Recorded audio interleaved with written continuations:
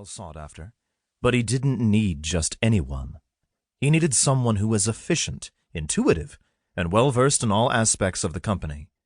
Someone who would uphold the values and foundation Ellis Industries was built on. Someone who wasn't afraid of long hours.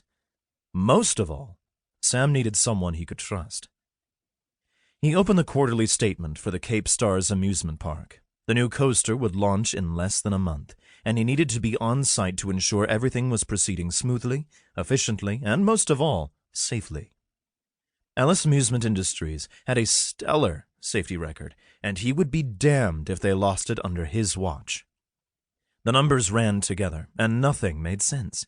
Contractor grids blended with marketing budgets until one large black circle centered on the screen. How much sleep had he gotten last night? 3, maybe 4 hours? Pretty much par for the course. Snapping the laptop shut, he rubbed his eyes. While his sight might be a little impaired, his brain ran 50 miles an hour. He needed to wind down, or at least his brain did. Maybe he should join his brothers and sister at Monsoons, prove to them he could play and work. Then, maybe they would stop staring at him with concerned looks on their faces. Ignoring the memory of his father's words, Sam ordered a ride, not trusting himself with the fatigue and mountain roads, and ran upstairs to change. Whitney Carroll stepped through the door to Monsoons. A quick glance showed that nothing much had changed since her last visit 5 years ago. Nothing fancy or slick or over-exaggerated. Wide planked floors, dusty and sticky, wood walls covered in rope, saddles, and mason jar lamps. A string of white Christmas lights ran around all 4 corners, and little round tables were sprinkled liberally throughout the low-level bar. A live band strummed out a current hit. Another sweep of the current occupants, and she didn't notice anyone who looked familiar enough to warrant a hello. 5 years meant the locals were on a rotation. Her generation more likely home with families and kids than out at the bar on a Friday night. She'd been on the path to a family before her husband had gone and spread his seat around. Walking up to the bar, she ordered a whiskey and plopped onto an empty stool. The female bartender slid a tumbler on top of a napkin her way. Whitney wrapped both hands around it and inhaled.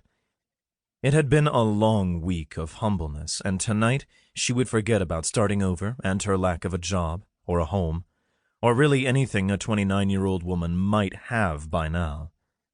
She sipped the golden nectar, and her eyebrows practically flew to the ceiling. "Excuse me, what brand is this?" The lady shook her head. "You're not local, are you?" Another quick glance at Whitney, and she nodded to herself. "Nope, you're not. At least not a current one. That's a Brody Select. We get test batches before they're shipped out, made just up the mountain from here." She knew of the Brody distillery and the mark they'd been making on the whiskey world, but her pockets leaned toward less pricey spirits. Whitney took another sip and sighed in appreciation of local support. "Thanks." Turning around, she absorbed the room. When she'd left the mountains 5 years ago, she'd traded a small mountain town for a small coastal one.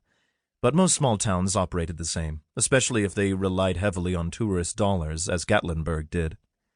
Her prior home, though, had remained small and quaint. Had being the operative word. Another sip and the Brody whiskey washed away the pain of loss, both physical and material. Memories of her failed marriage slid in and out of focus, replaced by an even heavier loss, recalling the death of her father. 2 years later, and it still punched her gut. Sucking in a breath that filled only half her chest, she refocused on the now. She was with family again, although extended, and she would get back on her feet. Starting with a job, then a place. The fire of the whiskey burned away, and a slight mellowness glided in. She'd never been a huge drinker. She'd witnessed enough outbursts and faux pas with her family to make sure she never stumbled through a doorway in her adult life.